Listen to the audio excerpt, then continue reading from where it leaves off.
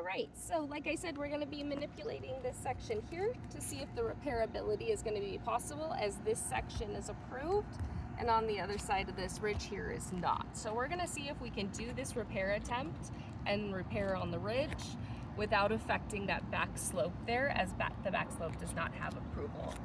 I've kind of mapped out about how many ridge shingles we're going to be having to manipulate and remove in attempts to notating out which shingles may be affected as well. So we're going to go ahead first, and we're going to make sure all of these ridge shingles here are going to be debonded. That way we can access them. All right. Once we open it up, we'll be able to see how this roof is constructed, to see how it can affect the repairability attempt, not knowing which shingles overlap in which direction.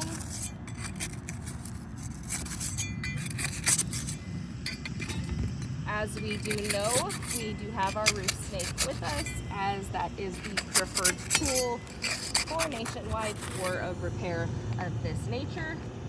So we're going to get started in removing the nails for the ridge here. We already have a nail pull. We already know this area is questionable, given we've already done this repair attempt once, but we are still going to continue, as it has to be done in order to work with the edge section there.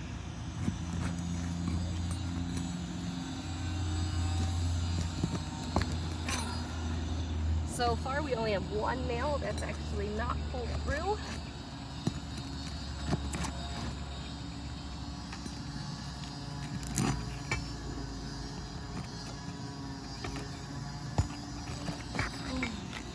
All right.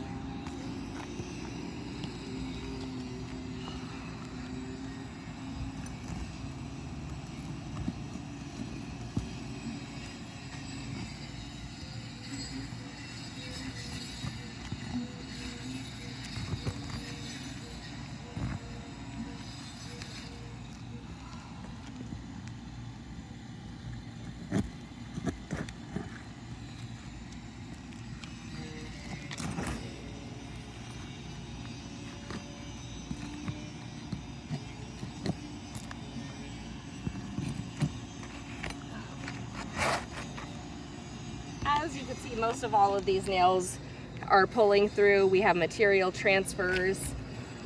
The sealant strip has a little bit of words on it, can't make much out, but we do have that material transfer. This section of the hip and ridge is already approved to be replaced. We're just showing the actual effects of them.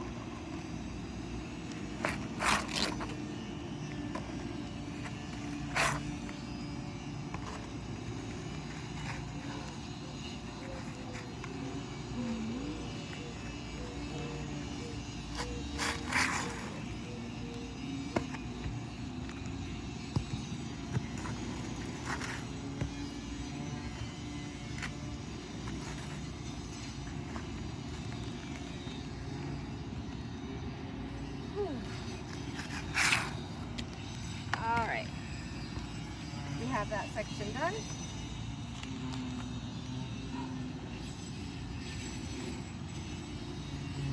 Okay, let's get off this last one here.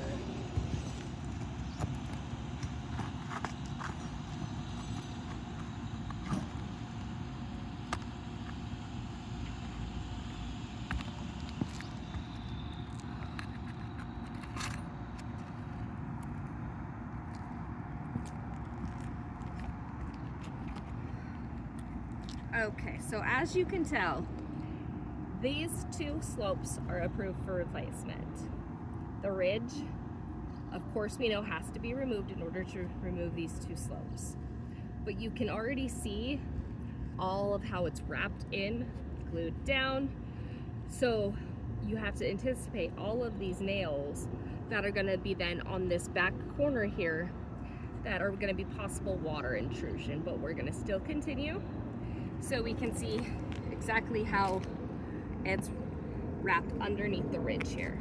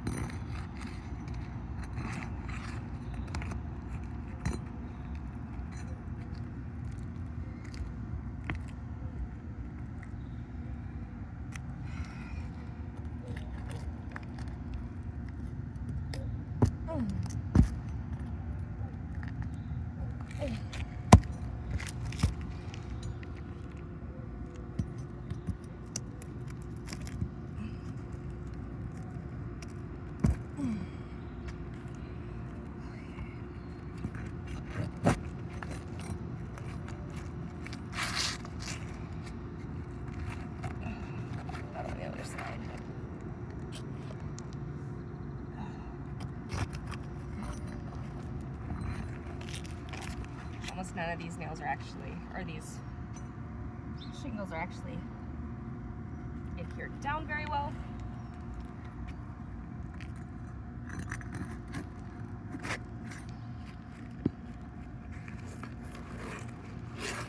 Okay, we're just gonna flip this over. You can see already material transfer from the bond there. You can see a big patch of it. How all of these are kind of glued together, not really so much nailed down anymore. All of the nails are so warped in there that you can brush off enough dirt and funk to be able to see them. But we'll set this aside as well.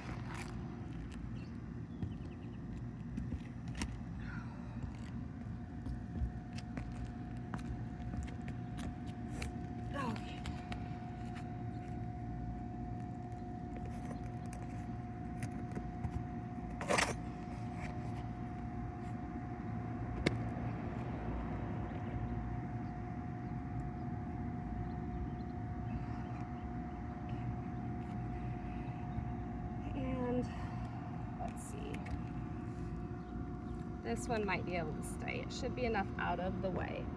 But if you look here, these front shingles, as to here, we have all of these nails that were from that ridge there that are not actually supposed to be there. So those are potential areas for water intrusion.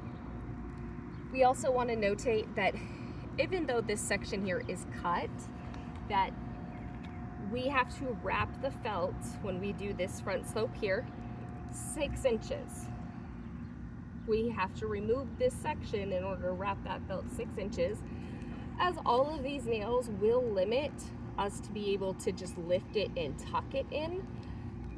As you can see, I can barely even lift this section here, so we'll actually have to remove this area in order to wrap that felt. The 6 inches that is required by code. Okay, as we mentioned, we're going to be kind of manipulating in these areas to see how, if there's any other shingles that are beneath, because we do know over in this section here, we did have a couple areas that were multiple layers, things of that nature. And we'll be getting started. Give me just a second. Okay. So this one here, we're gonna have to remove all of these nails, given that these aren't the nails that were used to keep the shingles in place. They were used to keep the ridge cap in place. Again, having the same problem with the roofing snake, as it is causing every single nail to just pull through and not able to be used. We're gonna give it a little bit longer until we decide if we have to move to a different tool.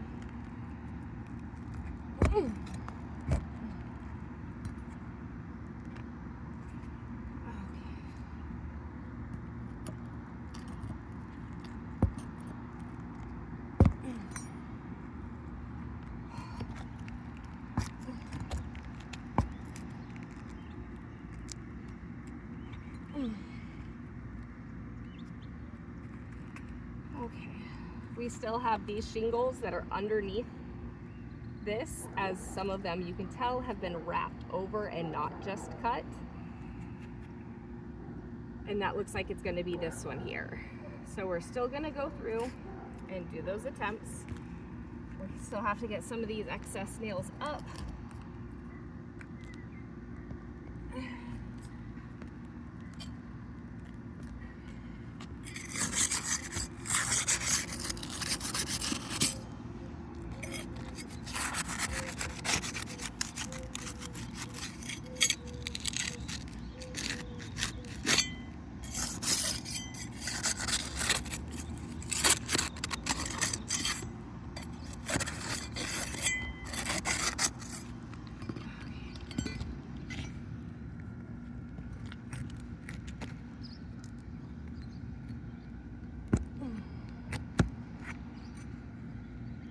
Again, as you can see, it has just torn the shingle in the attempts of using the roofing snake. So we're gonna actually switch tools.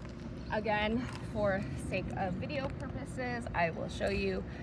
This one is completely of a finer edge, so it can actually get under all of the nails, as this one is more blunt, so it can cause more tearing. So we're gonna be switching tools to try and not damage any of them further.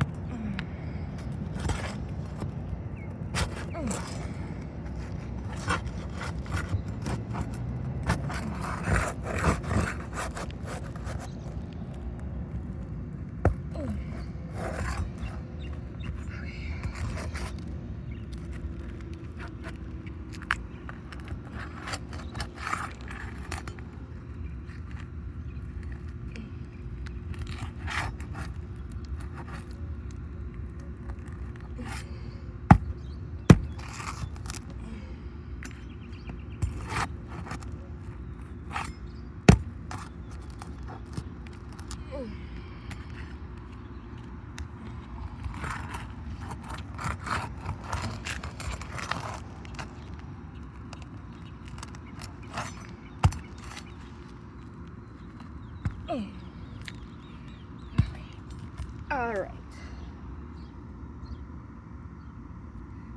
And we're gonna take a quick break and we'll be right back.